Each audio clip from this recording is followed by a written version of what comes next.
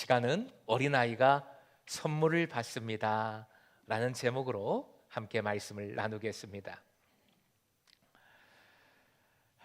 딱 10년 전 그때 대한민국의 어린이날은 그전과는 다른 날이었습니다. 전에 없었던 날이었습니다. 즉 2017년 95주년 어린이날은 우리나라 역사상 처음으로 어린이보다 노인이 더 많은 어린이날로 기록이 된 날이었기 때문이지요.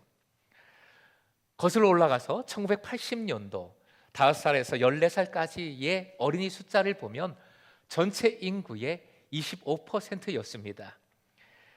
2017년도에는 9%에도 미치지 못했고 지금은 어린이의 숫자가 전체 인구의 8% 되지 않는다고 합니다. 딱 10년 전 어린이날 주일 설교에 제가 이 자리에서 이 사실을 말씀을 드리면서 함께 최현식 목사의 한국교회 미래지도라는 책을 소개해 드렸습니다. 그 책에서 저자가 예측하는 한국교회 10년 뒤의 모습이 이랬습니다. 한번 화면을 보시고 함께 보시겠습니다. 모든 교회의 80% 이상 교육부가 사라진다. 모든 교회의 90% 이상 청년부가 사라진다. 모든 교회 교인들의 주력 세대가 60세에서 70세가 된다.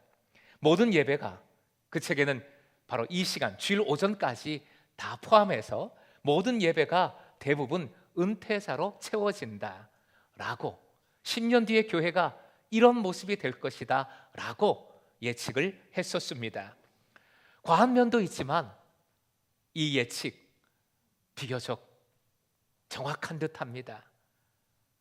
이 땅의 교회가 이 현실을 지금 겪고 있습니다. 어린이 주일을 맞이하는 이 땅 대부분의 교회가 사실 교회에 어린이가 없습니다. 우리 교회는 그렇지 않잖아요 하실 수 있지만 숫자적으로도 차이가 우리 교회도 분명히 있고요. 전에보다는 많은 교회가, 아니 대부분의 교회가 아이들이 없어요. 어린아이가 귀하게 된 것이지요. 아니 희귀하다 할 정도입니다.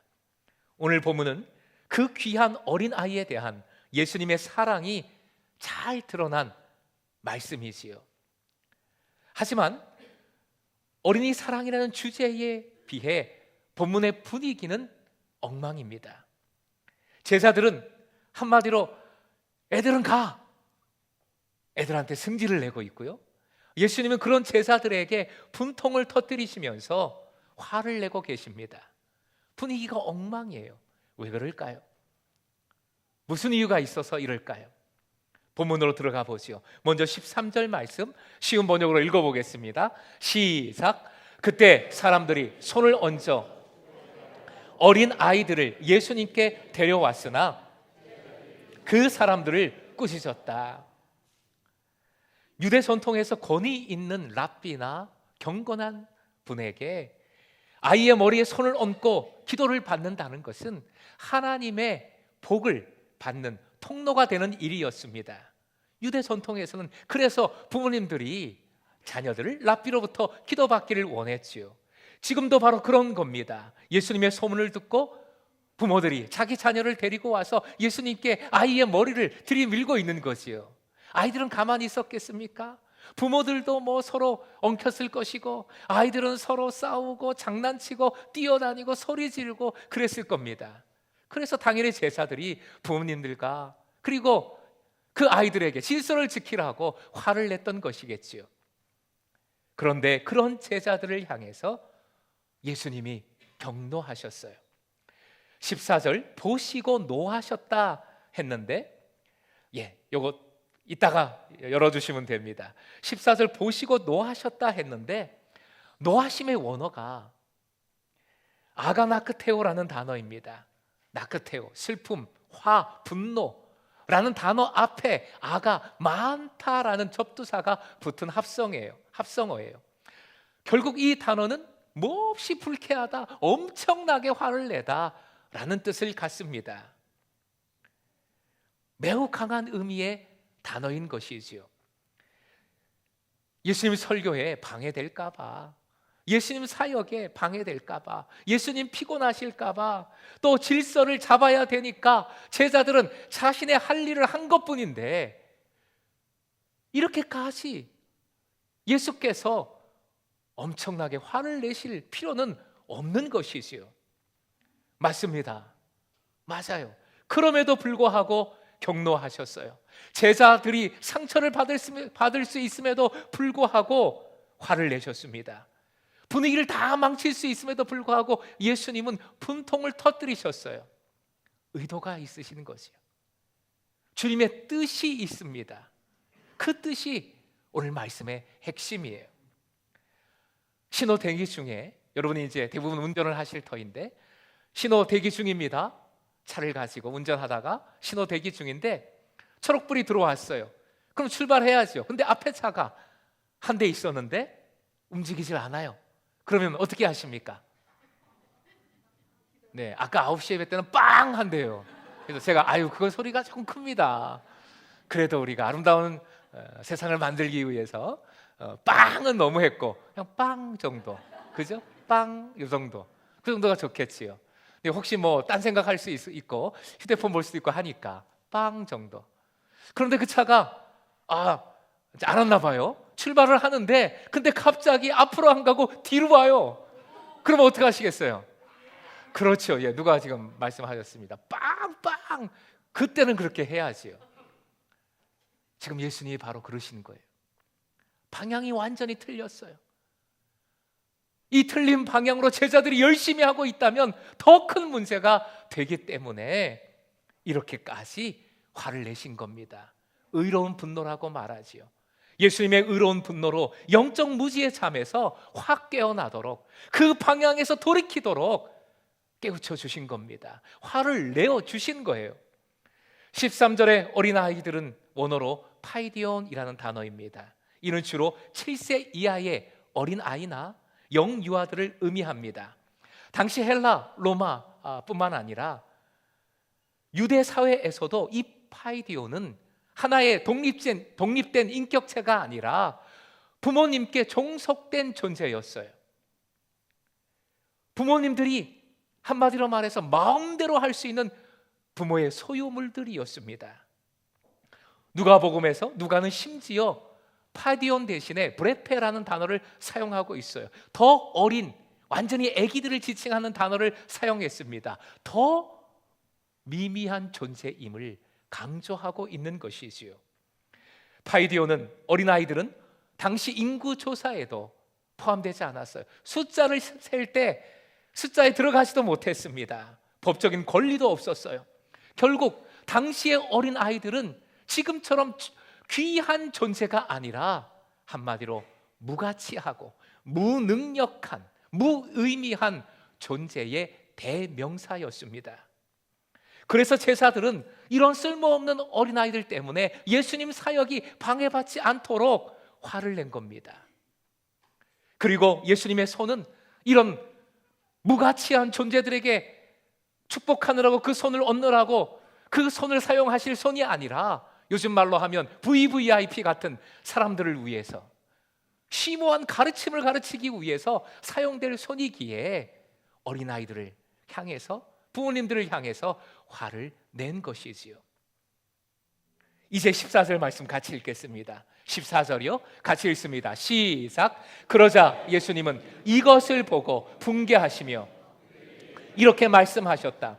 어린아이들이 나에게 오는 것을 막지 말아라. 하나님의 나라는 이런 어린아이와 같은 사람들의 것이다. 자, 첫 줄을 보시면 예수님은 이것을 보고 분개하셨습니다. 이것을, 제자들이 어린이를 향해서 화를 내는 단순한 그 모습을 보고 분개하신 것이 아니지요. 제자들의 그 잘못된 판단, 잘못된 생각, 즉 하나님 나라의 질서를 세상 권력의 질서로 보고 있는 것, 사람이 가진 힘, 권력, 돈, 그 서열로 바라보고 있는 것, 그것이 잘못되었음을 보고 분개하신 것입니다. 하나님 나라는 그런 자들의 것이 아니라 오히려 어린아이와 같은 아무것도 없는 무가치한, 무능력한 사람들의 것임을 이 말씀을 통해, 분개하신 모습을 통해 가르쳐 주시는 것이지요. 마지막 줄 같이 한 번 더 읽겠습니다. 시작. 하나님의 나라는 이런 어린아이와 같은 사람들의 것이다. 자, 이 말씀을 보면 어린아이, 물리적인 어린아이를 말씀하시는 것이 아니라 어린아이와 같은 사람들에 대해서 말씀하심을 알 수 있습니다. 어린아이와 같은 사람들이 하나님 나라를 소유합니다. 그렇다면 어린아이와 같은 사람들, 어떤 사람들일까요? 이미 말씀을 드렸지만 두 가지로 정리를 해봅니다. 첫째, 여러분 읽어주시기 바랍니다. 15절 먼저 읽어볼까요? 15절. 네, 15절 말씀. 15절, 그 앞에 15절이 없습니까? 아까 읽었나요? 15절 말씀 혹시 없나요? 네, 제가 읽어드리겠습니다. 그냥 들으시면 되겠습니다. 내가 진실로 너에게 이르노니 누구든지 하나님의 나라를 어린아이와 같이 받들지 않는 자는 결단코 그곳에 들어가지 못하리라. 하나님의 나라가 어린아이와 같은 자들의 것이다, 그 말씀만 하신 것이 아니라 15절에 또 반복하시면서 하나님 나라를 어린아이와 같이 받들지 않는 자는 하나님 나라에 들어갈 수 없다고까지 강조해서 말씀하셨어요. 자, 이 어린아이와 같은 자, 어떤 자일까? 아까 띄워주셨습니다. 첫째, 여러분 읽어주시기 바랍니다. 첫째, 한 번 더요. 시작. 전적으로 하나님을 의존하는 무능력자. 어린아이는 스스로 생존할 수 없습니다. 부모님들이 전적으로 돌봐줘야 돼요. 세상적 자랑거리나 내세울 만한 것이 전혀 없는 비천한 자들. 그런데 하나님 나라는 그런 사람들이 하나님 나라의 주인공이라 예수님은 말씀하십니다. 무슨 의미일까요? 하나님 나라의 백성은 자신의 공로가 아닌 하나님의 은혜를 전적으로 의존하는 자들임을 가르쳐 주시는 것입니다. 하나님의 은혜를 전적으로 의존하는 자, 내 능력, 내 힘으로 뭔가를 하려고 하는 사람이 아니라 그 은혜를 하나님만을 전적으로 의존하는 자, 하나님 나라의 백성이라는 것입니다. 두 번째, 어린아이와 같은 자의 의미. 둘째, 여러분 읽어주십시오. 시작. 자격 없음을 알고 주시는 선물을 감사함으로 받는 자. 15절에서 받는다 했습니다. 하나님 나라를 받들지 않는 자, 받는다 했는데 이 의미는 보상이 아니라 선물을 받듯이 받는다, 받아들인다 라는 뜻이에요. 선물로 감사함으로 받아들인다 하는 것이지요. 자격은 없어요. 그러나 선물임에 기뻐하면서 감사하면서 받는 겁니다. 어른들은 체면을 차리지요. 아유, 제가 그걸 받을 자격이 없습니다. 체면을 차리지만 어린아이들은, 특히 어린아이들 그런 거 없잖아요.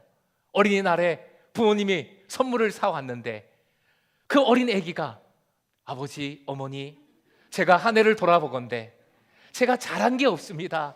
이 선물을 받을 자격이 전 없습니다 하는 애들 있나요? 없지요. 아빠 최고야. 뭐 어제 뭘 깨뜨렸던, 무슨 사고를 쳤던, 아빠 최고, 그러면서 그 선물 받지 않습니까? 바로 그거예요.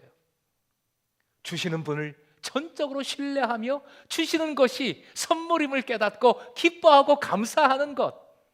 내 공로 없습니다. 자격도 없어요. 그러나 주신 것, 선물 기뻐하며 감사하며 그 선물을 받아들이는 것, 그 모습이 어린아이와 같은 모습입니다. 마가는 반대의 사람을 보여줘요. 이 어린아이에 관한 말씀에 바로 이어지는 말씀을 보면 부자 청년의 얘기가 나옵니다. 부자 청년은 사회적인 지위, 젊음, 그리고 무엇보다 많은 재물을 손에 쥐고 있었어요. 그러니까 손에 쥐고 있는 것이 너무나 많은 사람이었습니다. 게다가 율법까지 어려서부터 다 지킨, 빠질 게 없는 모든 것을 다 갖춘 남자였습니다.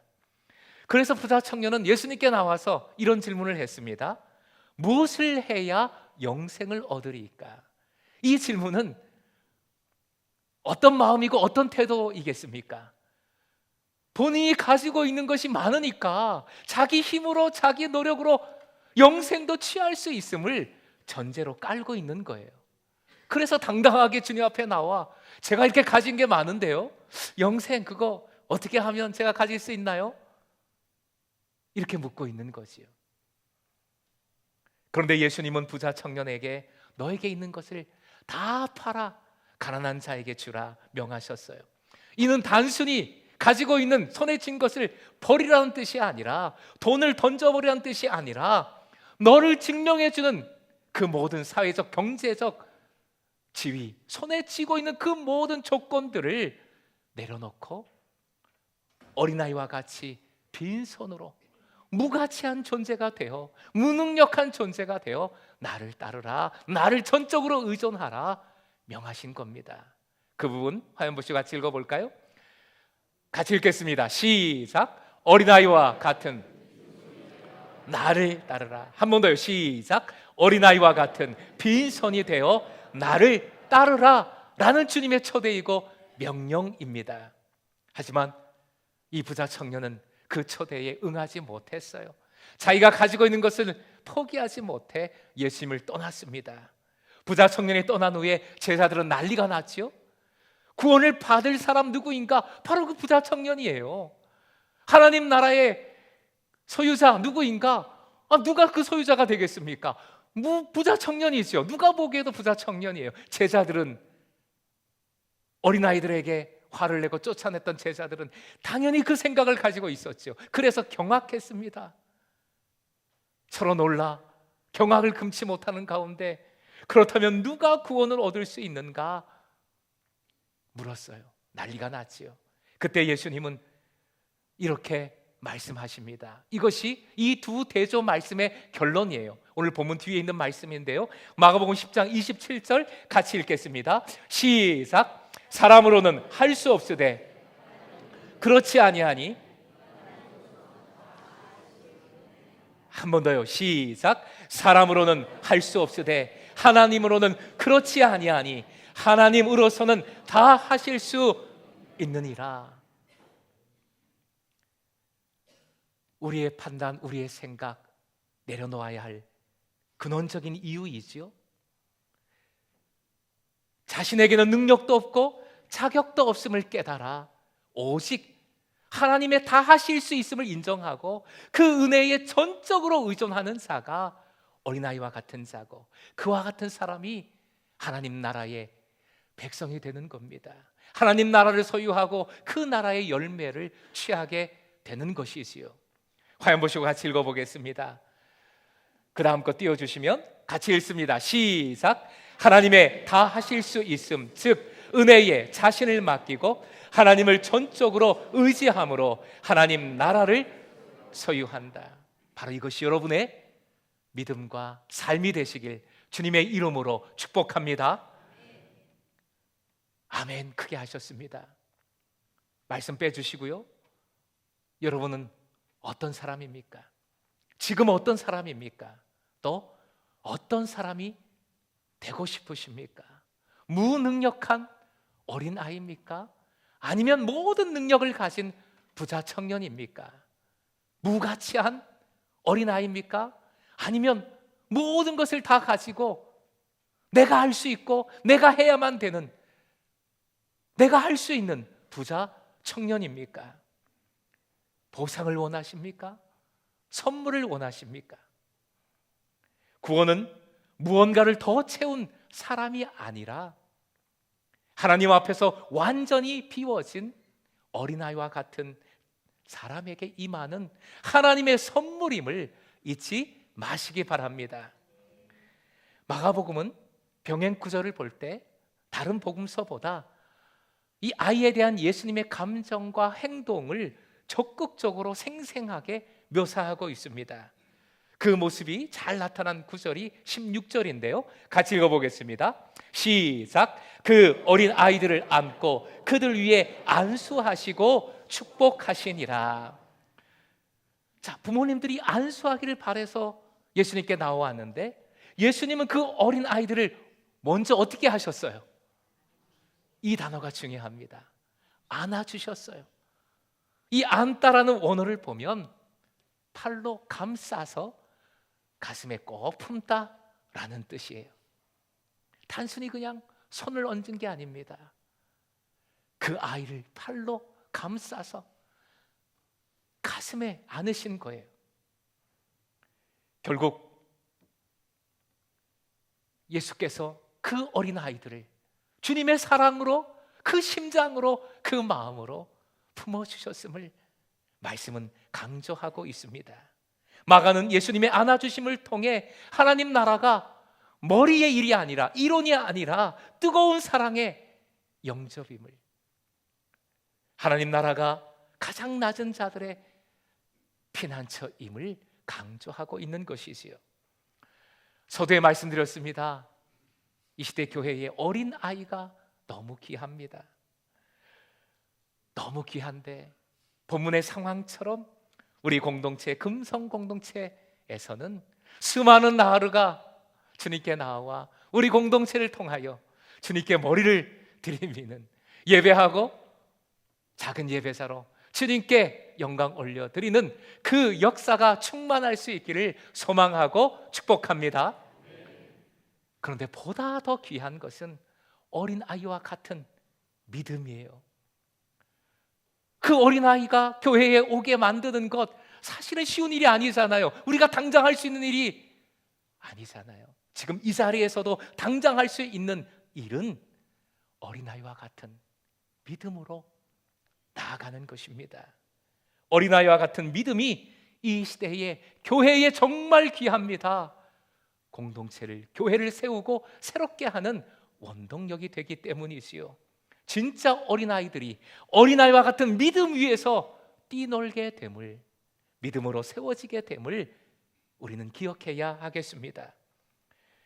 그 결단으로 두 가지 다시 한번 외쳐보겠습니다. 어린아이와 같은 믿음 두 가지, 우리의 결단으로요. 시작. 전적으로 주님을 의존하는 무능력자, 자격 없음을 알고 주시는 선물을 감사함으로 받는 자. 설교 제목 기억하십시다. 어린아이가 선물을 받습니다. 앞뒤 좌우로 서로 인사 나누실 때에 어떤 의미인지 이제 아시겠지요? 어린아이로 선물을 많이 받으십시오. 서로 인사 나누시겠습니다. 어린아이가 되어서 선물 많이 받으십시오. 어린아이로 선물 많이 받으십시오. 선물 많이 받으십시오. 어린아이와 같은 믿음으로 주님 품에 안겨, 주님 품에 안겨 그 사랑을 풍성히 누리고 하늘의 선물을 가득히 누리는 여러분 되시길 주님의 이름으로 축원드립니다.